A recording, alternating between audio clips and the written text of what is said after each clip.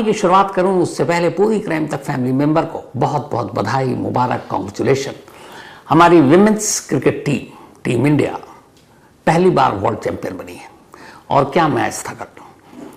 जिस नवी मुंबई में मैच चल रहा था, सपाट विकेट, 300 रन से ऊपर का लक्ष्य जरूरी था और हमने शुरुआत अच्छी की, लेकिन 298 के आसपास रुक गए।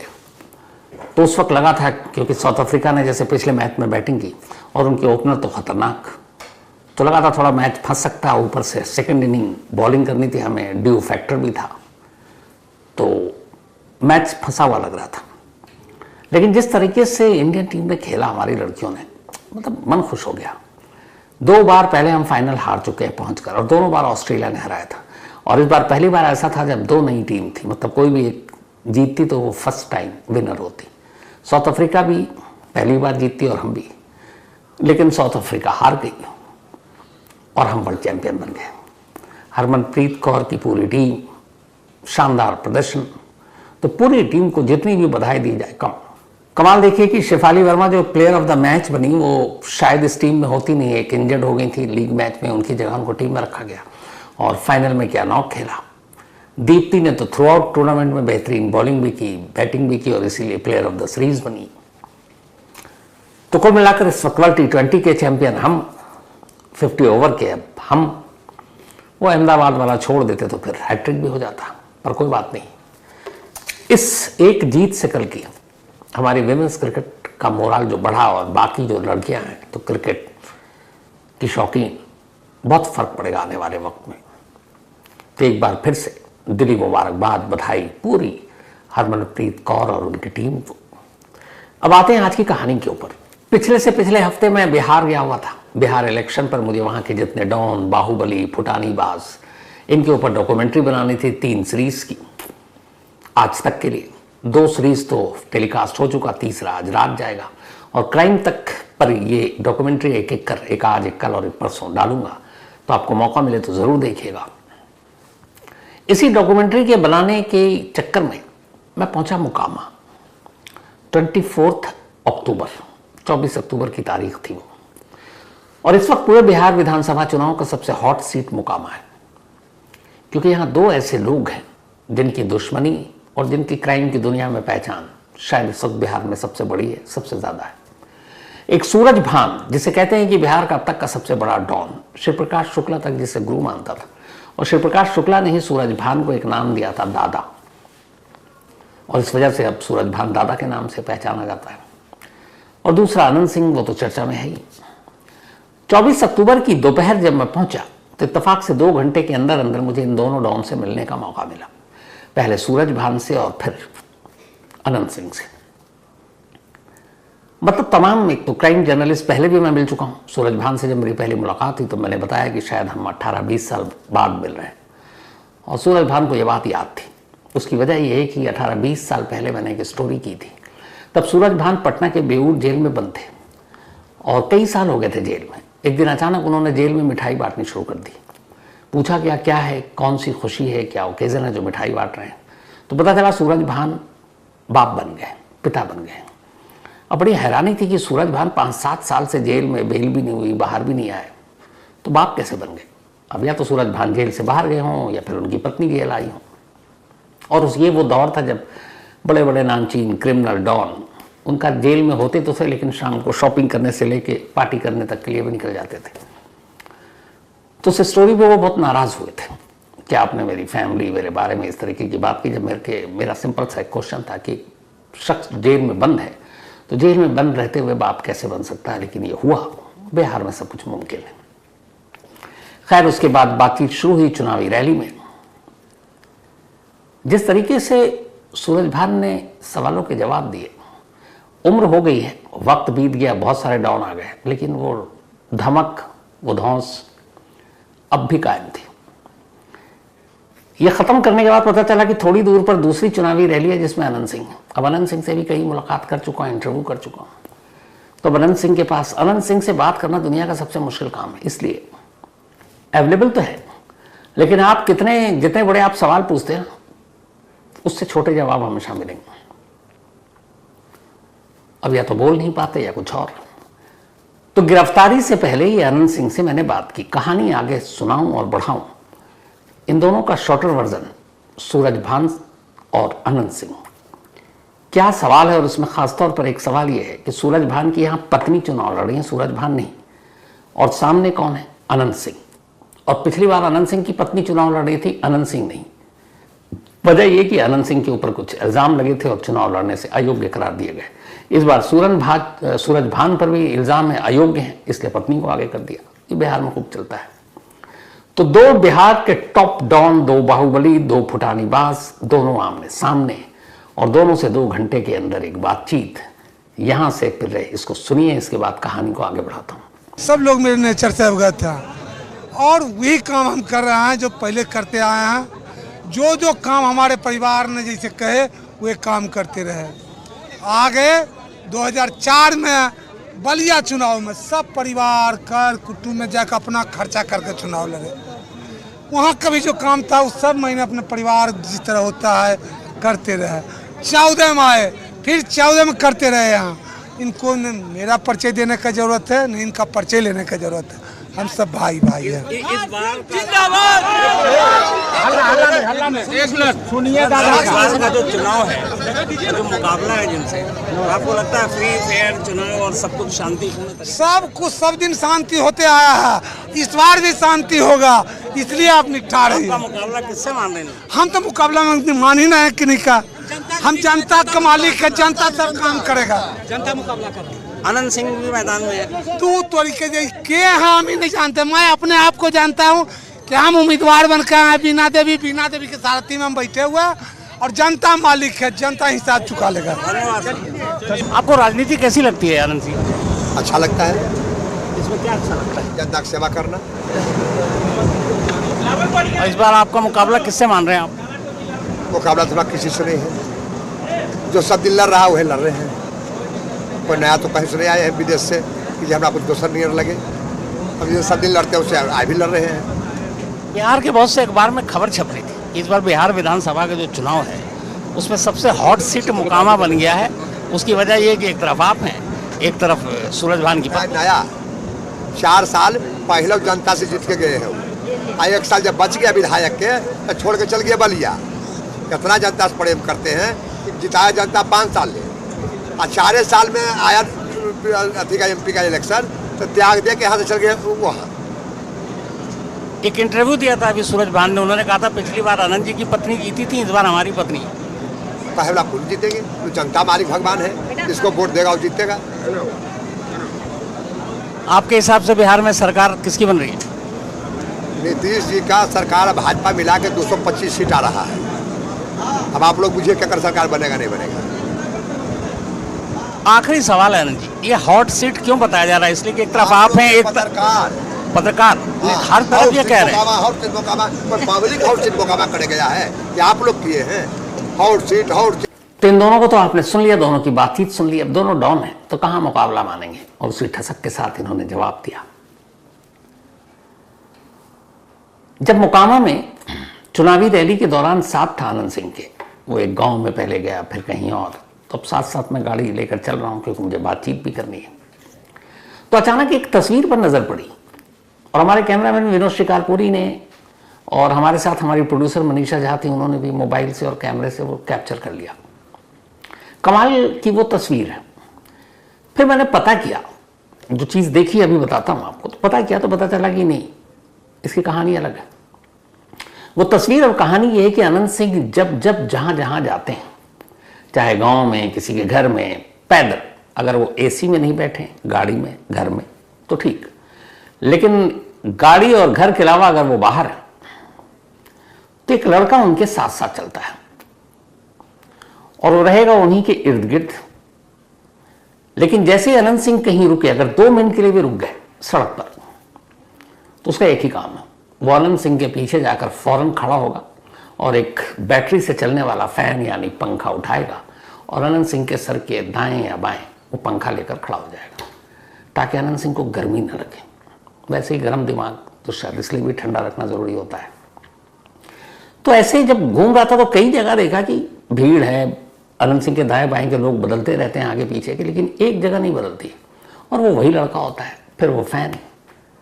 मैंने कहा ये क्या है? तो फिर उससे बातचीत की तो वो हंसा, जवाब नहीं दिया, लेकिन फिर उसने एक मदद भी की। अनंत सिंह से बात करनी थी, वो अपने चुनावी ऑफिस में, तो मैंने कहा कि वो शायद निकलेंगे या आएंगे, तो तब उसने मुझे सही बताया कि इस वक्त वो कहाँ बैठे हुए हैं, और वो वहीं था अनंत सिंह। तो ये पंखे वाला भाई, और उसकी मुस्कुराहट बड़ी अच्छी थी। अब ये सब हुआ, लेकिन उससे पहले जब पहुंचा तब अनंत सिंह गांव में अपनी चुनावी प्रचार कर रहे हैं, और उनके जो चेले चपाटी हैं वो सब गाड़ी के पास खड़े इंतजार कर रहे हैं कि छोटे सरकार आएंगे। छोटे सरकार अनंत सिंह को मुकामा में इसी नाम से पुकारा जाता है, क्योंकि उनके बड़े भाई जो हैं वो बड़े सरकार हुआ करते थे, जब इस दुनिया में नहीं है वो भी विधायक रहे।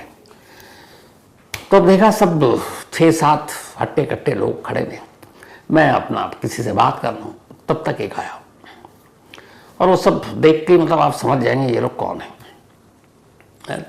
क्या हाइट, क्या बॉडी। तो एक ने आके बोला कि भैया आपने साहब पे कहानी तो सुना रखी है। मैंने कहा हाँ। अब जैसे ही उसने बोला, फिर उसने कहा कि मैंने सुनी है। अब मैं थोड़ा सा डरा कि कहानी में तो मैंने सब कुछ बोल दिया है, अब यहाँ इन्हीं के गढ़ में हूँ, पता नहीं क्या हो। लेकिन अगली लाइन कहता नहीं आपने श्री प्रकाश शुक्ला पे भी सुनाई थी, मैंने सुना, मुझे अच्छा लगा। मैंने कहा चलो, कम से कम ये तारीफ कर रहा है। फिर उसके बाद मैंने उससे पूछा कि आप लोग कहानी सुनते हो? तो बोला, अरे हंसा, ये नहीं बताया खुल के, लेकिन सुनता हूँ, अच्छा लगता है। तो मैंने कहा अच्छा आप लोग जो करते हैं वही तो मैं सुनाता हूँ, आप लोग ना करो तो मैं शायद ना सुना पाऊँ। इस पर वो हंस पड़ा। फिर बोलता है कि करीब 18-20 साल पहले जब आप आए थे, अनंत सिंह का इंटरव्यू कर रहे थे उस चौकी पर बैठकर, तब मैं उनके पीछे था, भूल गए। अब मैं क्या बोलूँ? मैंने कहा अच्छा आपकी अब दाढ़ी वाड़ी बढ़ गई है इसलिए याद नहीं आ रहा। 1-2 लगातार मुझे खूंखार निगाहों से घूर रहा था, क्योंकि उसने कुछ कहानियाँ और कुछ स्टोरी सुन रखी थी जिसमें मतलब मैंने अपने तरीके से सब कुछ बोल डाला। तो वो आपस में बात कर रहा था कि नहीं, इसको तो साहब के साथ खड़ा भी नहीं करना, ना इंटरव्यू कराना, ये बहुत उल्टा पुल्टा बोलता है। और जो हमारा लोकल रिपोर्टर थे वहाँ पे, उनसे ये बात कर रहा है कि नहीं करने देंगे। अब वो आकर बताया कि अरे सर ये तो ऐसे बोल रहे हैं। मैंने कहा कोई बात नहीं, अनंत सिंह देख चुके हैं, पहचान चुके हैं, या तो भगा दे, पीट लेंगे, या गाली दे के निकाल देंगे। लेकिन अनंत सिंह ने जब नज़रें मिली तो फ़ौरन उठा, और फिर वो पहचान गया कि कौन है, पहले मिल चुके हैं, बहुत सारी तारीफ में शो कर चुका हूँ। तो फिर खुद ही कहा कि ठीक है आप चुनावी ऑफिस आइए, वहीं बात करेंगे। और तब ये बात हुई थी जिसका शॉर्टर वर्जन आपको सुनाया। अब वहाँ से निकला, उसके बाद अचानक 30 अक्टूबर को खबर आई कि मोकामा में दुलार चंद यादव को गोली मार दी गई। हालांकि गोली पैर में लगी, फिर भी मौत हो गई। उसकी वजह यह है कि गोली मारने के बाद जो पोस्टमार्टम रिपोर्ट आई उसमें यह था कि गाड़ी से कुचलने की वजह से और एक्सेस ब्लीडिंग की वजह से, यानी ज़्यादा खून बहने की वजह से मौत हुई। दुलार चंद यादव इसी मोकामा बेल्ट के एक और बाहुबली। कायदे से अनंत सिंह तो चेले हैं। पहला जो था उस इलाके में दुलार चंद यादव की तूती बोला करती थी। एक तारातारी इलाका है, तारातार, इसी मोकामा में, और वहाँ पे एक तारातार जगह है जहाँ पर दुलार चंद यादव की तूती बोला करती थी। जब पहली बार नीतीश कुमार लोकसभा का चुनाव लड़ रहे थे बाढ़ से, तो बाढ़ भी मोकामा का एक हिस्सा हुआ करता था। नीतीश कुमार को भी ये पता था कि दुलार चंद यादव की क्या हैसियत है अपने इलाके में। बाकायदा चुनाव में समर्थन और मदद लेने के लिए नीतीश कुमार तब दुलार चंद यादव से मिले। लालू यादव को भी पता था, और लालू और नीतीश तब एक थे। तब ये लोग दुलार चंद से मिलते थे, और दुलार चंद का काम इस पूरे इलाके में, टाल क्षेत्र में वसूली, जबरन उगाही, कत्ल, किडनैपिंग, 25-30 बार तो वो जेल जा चुके। अभी 75 के आसपास की उम्र रही होगी जब मौत हुई। 80-90 के दशक में अनंत सिंह कुछ नाम नहीं था, दुलार चंद यादव ही नाम था। और दुलार चंद यादव और अनंत सिंह की दुश्मनी शुरुआत से ही इस इलाके में वर्चस्व को लेकर। तो इस चुनाव में जब अनंत सिंह और उधर सूरज भान की पत्नी आमने सामने, तो जन स्वराज पार्टी जो प्रशांत किशोर जी की पार्टी है, उनके उम्मीदवार को सपोर्ट करने के लिए मैदान में उतर गए दुलार चंद यादव। क्योंकि अनंत सिंह भी दुश्मन, उधर सूरज भान भी दुश्मन, तो क्या करें, ऑप्शन कोई था नहीं। तो जन स्वराज पार्टी के उम्मीदवार को सपोर्ट करने के लिए रैली में शामिल हो गए। 30 अक्टूबर को उसी रैली के सपोर्ट में गाड़ी से निकले, तभी दूसरी तरफ से अनंत सिंह का काफिला आ गया। लड़ाई झगड़ा, इसके बाद गोलियां चली, गोली पैर में लगी, फिर गाड़ी में बिठाया गया, फिर गाड़ी को घेरा गया, पत्थरबाजी हुई और उसी दौरान दुलार चंद यादव को नीचे उतार कर उसी गाड़ी से कुचल दिया गया और फिर सब निकल गए। अनंत सिंह तब मौके पर मौजूद था। इसके बाद दुलार चंद यादव की मौत हो गई। पोस्टमार्टम रिपोर्ट से आया कि गोली पैर में लगी, लेकिन एक्सेस ब्लीडिंग और पहियों के नीचे रौंदे जाने की वजह से मौत हुई थी।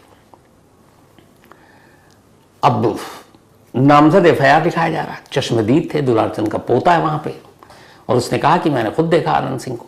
उसने तो ये भी कहा कि जब ये काफिला गुजर रहा था तब अनंत सिंह ने जन स्वराज पार्टी के उम्मीदवार का नाम लेकर कहा था कि बहुत बड़ा विधायक बन रहा है, नेता बन रहा है, चलो इसको जरा ठीक करो। और उसी के बाद ये सब कुछ शुरू हुआ। तो अब नामजद एफआईआर, कायदे से जैसी नामजद एफआईआर हुआ, एक मर्डर का मामला है तो गिरफ्तारी तो बनती है, लेकिन अब गिरफ्तारी कैसे हो? बिहार की प्रॉब्लम यही है। जिस अनंत सिंह के ऊपर मर्डर, वो भी एक राइवल कैंडिडेट के सपोर्ट में, और दुलार चंद यादव जैसा बाहुबली, उसके कत्ल का इल्जाम, लेकिन अगले 48 घंटे तक गिरफ्तारी नहीं होती। क्यों? क्योंकि अनंत कुमार, बल्कि अनंत सिंह उस पार्टी से चुनाव लड़ा है, उस पार्टी ने उसे टिकट दिया है जिस वक्त बिहार में सत्ता में है। जिस जगह पर मैंने अनंत सिंह का इंटरव्यू किया, वहां एक पीछे बहुत बड़ा पोस्टर लगा हुआ था, और उस पोस्टर को जब मैंने देखा तो मुझे अफसोस भी हुआ और फिर इस बात का एहसास भी हुआ कि बिहार क्यों बदनाम है बाहुबलियों को लेकर। अनंत सिंह का बड़ा बड़ा फोटो, अब चूंकि अनंत सिंह जदयू यानी जनता दल यूनाइटेड, जो नीतीश बाबू की पार्टी है, उसके टिकट पर चुनाव लड़ रहे हैं, और जनता दल और बीजेपी मिलकर चुनाव लड़ रही है।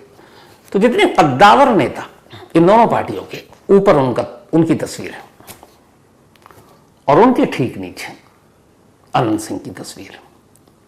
ये एक तस्वीर बिहार में गुंडा राज, बाहुबल और राजनीति में अपराध की कैसे घुसपैठ होती है, पॉलिटिक्स और क्राइम का कैसे कॉकटेल हो रहा है, ये एक तस्वीर काफी है बताने के लिए कि क्रिमिनल जिसके घर से AK-47 निकला, कितने मर्डर के चार्जेस, कितने कब्जाने के जमीन, अभी फिर लेटेस्ट मर्डर में, और उस एक ही पोस्टर में हमारे तमाम बड़े दिग्गज नेताओं के साथ उसकी तस्वीर है। तो जब ऐसा जलवा होगा तो पुलिस कैसे गिरफ्तार करेगी? FIR दर्ज है, लेकिन पटना पुलिस, चूंकि ये मोकामा पटना डिस्ट्रिक्ट में आता है, हिम्मत नहीं हो रही। 48 घंटे तक इसी बात पर सोच विचार चल रहा है कि अनंत सिंह का क्या करें। अब इधर राजनीति का टाइम है क्योंकि चुनाव है, तो आया कि भाई बिहार में जंगल राज है, यहाँ पे ये है वो है, तो अब पुलिस को भी कुछ करना है। बड़ी मान मनवल के बाद इसके बाद 30 अक्टूबर को ये हुआ,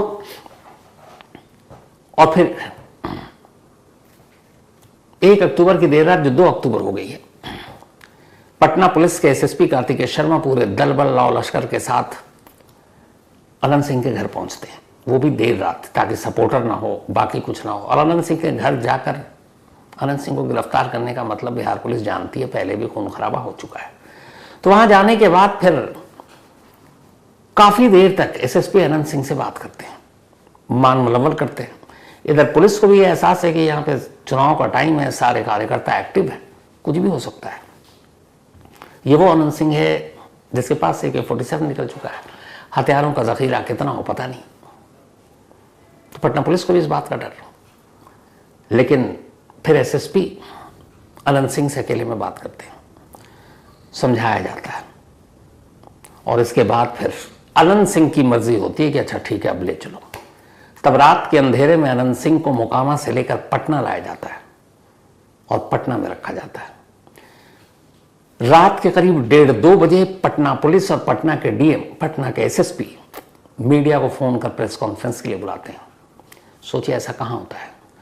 2 बजे रात को बताया जाता है कि अब हमने अनंत सिंह को गिरफ्तार कर लिया है दुलार चंद यादव केस में। 2 बजे रात को,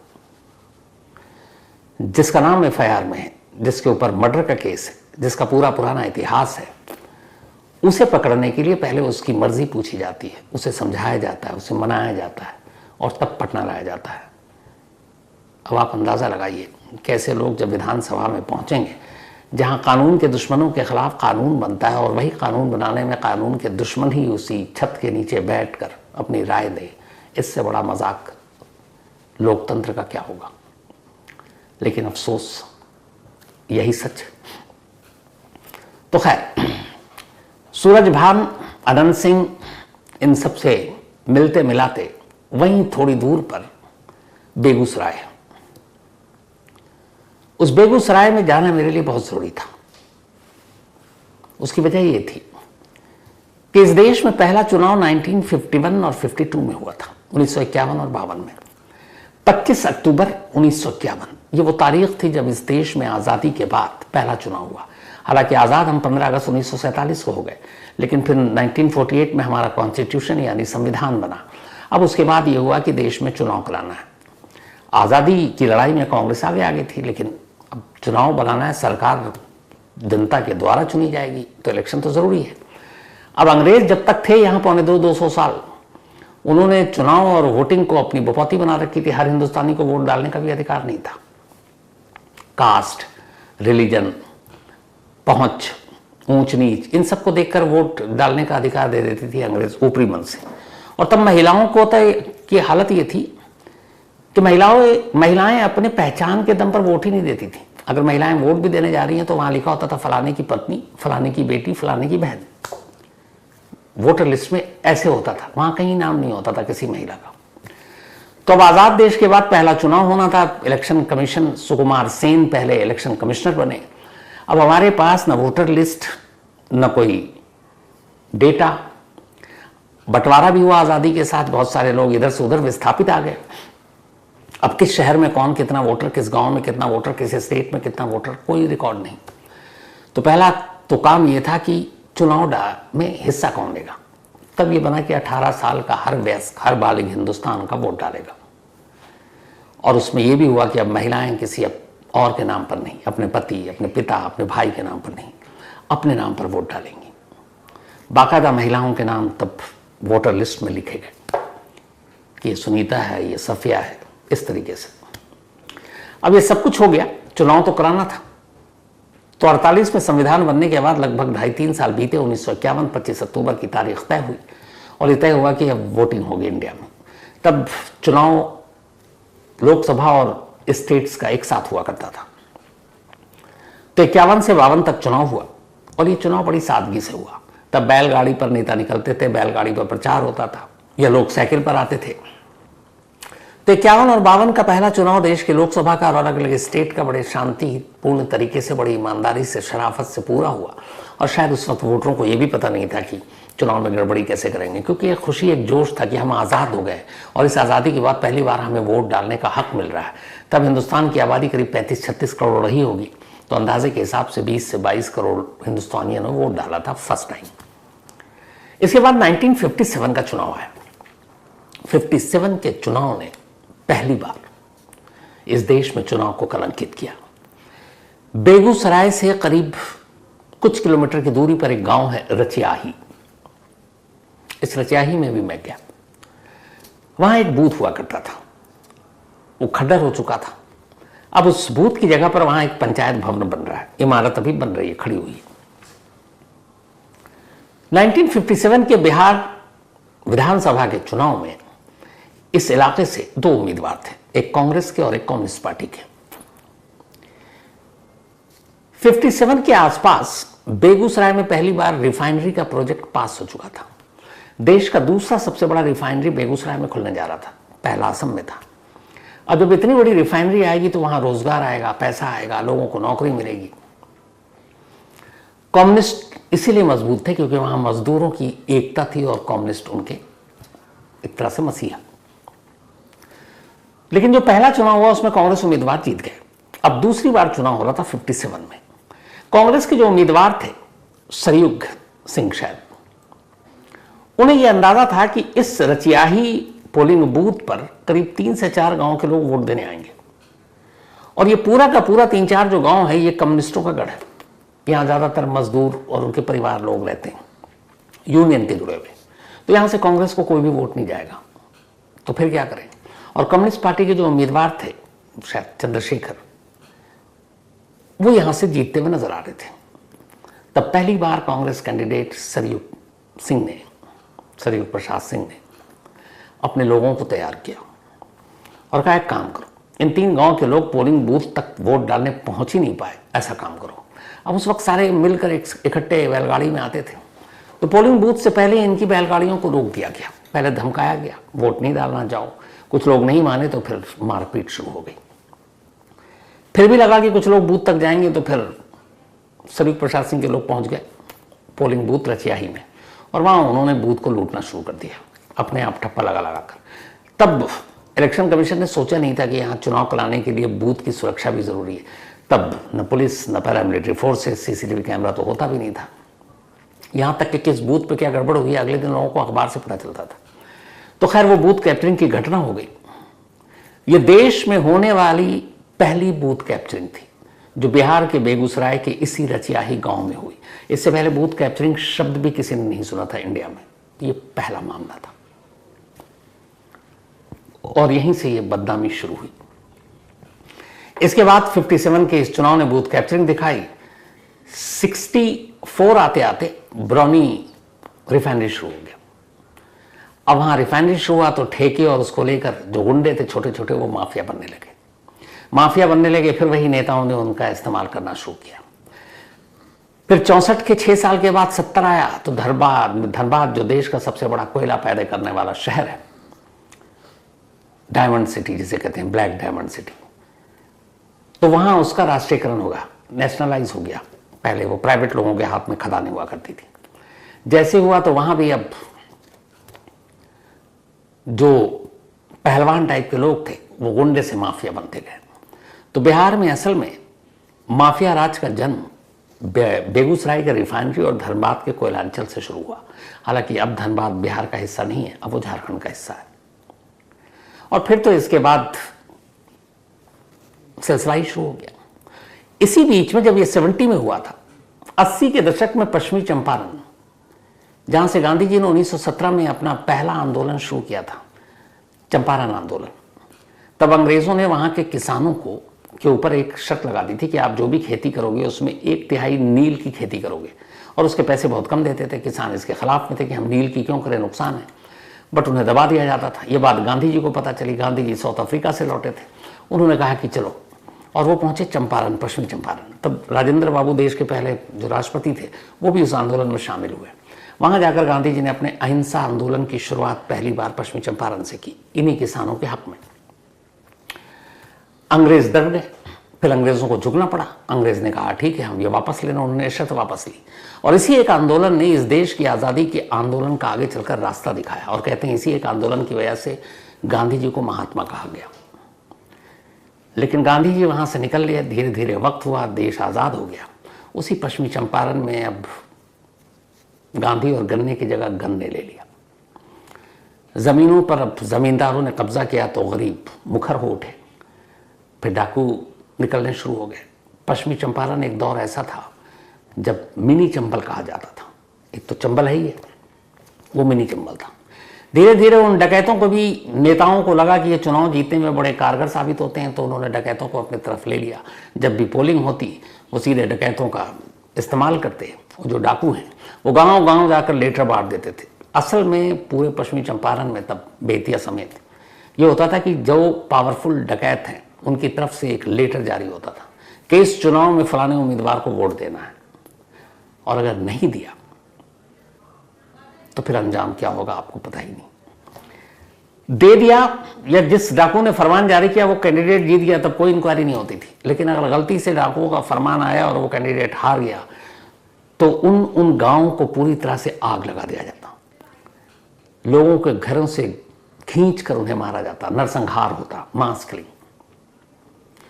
ये चलता रहा और नेता उनके अपने साथ मिलाते रहे। तो ये बूथ कैप्चरिंग का पूरे पश्चिमी चंपारण और उस गंगा के दियारा के इलाके में चलता रहा। फिर धीरे धीरे हालात इतने ख़राब हो गए कि एक बार राजीव गांधी प्रधानमंत्री रहते हुए जब पश्चिमी चंपारण पहुंचे तो वहाँ के लोगों ने मन के करीब जाकर कहा कि हमें आप डर से बचाएं, हम जीना चाहते हैं। और जब राजीव गांधी ने उनकी कहानी सुनी तब उन्होंने कहा ठीक है, नई सरकार बनते हैं, हम कुछ करेंगे। इत्तेफाक से सरकार बन गई, दोनों जगह कांग्रेस की आई। इसके बाद एक ऑपरेशन पैंथर, ब्लैक पैंथर चलाया गया पश्चिमी चंपारण में डाकुओं को ख़त्म करने के लिए। धीरे धीरे वक्त लगा लेकिन डाकू वहाँ से साफ हो गए। लेकिन बाद में वही डाकू, कुछ जो निकल लिए, कुछ जो बड़े, उन्होंने अपने वर्दी बदली, खाकी पहन लिया। अब तक जो नेताओं को चुनाव जीतते थे उन्होंने कहा मेरे चुनाव बूथ कब्जाने और इससे ये लोग विधानसभा लोकसभा पहुंच रहे, तो मैं क्यों नहीं खुद करूं। तो अब डाकू जो है वो अपने लिए ही चुनावी कैंपेन शुरू कर दिया और खुद ही मैदान में उतर गए और फिर वो वहां से जीतने लगे। धीरे धीरे वक्त बदला, उधर डाकू, उधर बरौनी, उधर कोयलांचल। अब उसके बाद एक नई खेप आनी शुरू हुई, गुंडा राज, जिसमें एक से बढ़कर एक क्रिमिनल जो आज भी है, शहाबुद्दीन से लेकर आनंद मोहन, पप्पू यादव, मुन्ना शुक्ला, राजन तिवारी, कितने नाम हैं। और ये सारे हर बार चुनाव में लड़ते हैं। अब एक नया ट्रेंड आ गया है कि इनमें से बहुत सारे चुनाव के लिए अयोग्य करा दिए गए हैं, कुछ जेल में। तब उन्होंने अपने परिवारों को आगे करना शुरू कर दिया। इस चुनाव में इतने सारे गैंगस्टर, बाहुबली और नेताओं की बीवियां या बच्चे मैदान में कि आप सोच भी नहीं सकते। मुन्ना शुक्ला की बेटी चुनाव लड़ रही है, शहाबुद्दीन बेटा ओसामा चुनाव लड़ रहा है। इसके अलावा अनगिनत नाम है और सारे चुनाव लड़े। तो अब एक नया ट्रेंड है, जैसे नेता अपनी विरासत दे देते हैं अपने बच्चों को, अब क्रिमिनल भी अपनी विरासत अपने बच्चों को दे रहे हैं।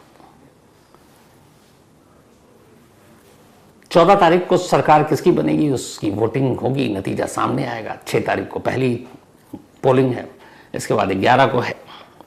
और इस चुनावी हिंसा में पहली लाश गिर चुकी है, दुलार चंद यादव की। अनंत सिंह जेल में है, पकड़े गए हैं लेकिन फिर भी चुनाव लड़ रहे हैं। अनंत सिंह पकड़े गए हैं जेल में लेकिन चुनाव लड़ रहे हैं। 25 साल से वो या उनका परिवार, पिछली बार चुनाव वो नहीं लड़ पाए तो बीवी जीत गई थी, लेकिन उन्हीं का परिवार चला रहा।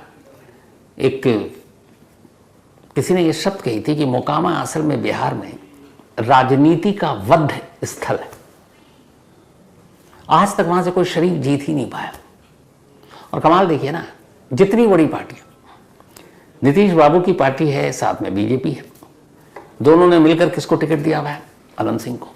उधर जो सरकार बनाने के लिए चुनाव में इस वक्त मैदान में उतर तेजस्वी यादव या कांग्रेस का राहुल यादव, सब गठबंधन है राहुल गांधी के साथ और तेजस्वी का। इन्होंने किसको दे दिया, सूरजभान की पत्नी को। तो क्या पक्ष क्या विपक्ष, क्या जो सत्ता में है और क्या जो अपोजिशन में है, सभी ने हथियार डाल दिए हैं कि नहीं बाहुबलियों को दो, गुंडों को दो, मवालियों को दो, बस चुनाव जीतना है। पर इससे राज्य कहाँ जा रहा है किसी को कोई फर्क नहीं पड़ता। और यही बिहार की सबसे बड़ी बदनसीबी है। 57 में जो कलंक लगा था बूथ कैप्चरिंग का, हालांकि बूथ कैप्चरिंग जैसी चीज़ अब मुमकिन नहीं है क्योंकि ईवीएम आ गया, इलेक्ट्रॉनिक वोटिंग मशीन, लेकिन इन बाहुबलियों, इन गुंडों, इन फुटानीबाजों का कुछ भी नहीं होता। इसलिए कि इन्हें खुद नेता अपना हथियार बनाते हैं। उन्हें पता है एक सीट कीमती है, जहाँ से जो जीत सकता है उसे वहीं से खड़ा कर देते हैं। फिर उनके लिए कोई मतलब नहीं कि ये कातिल है, ये रेपिस्ट है, ये डाकू है।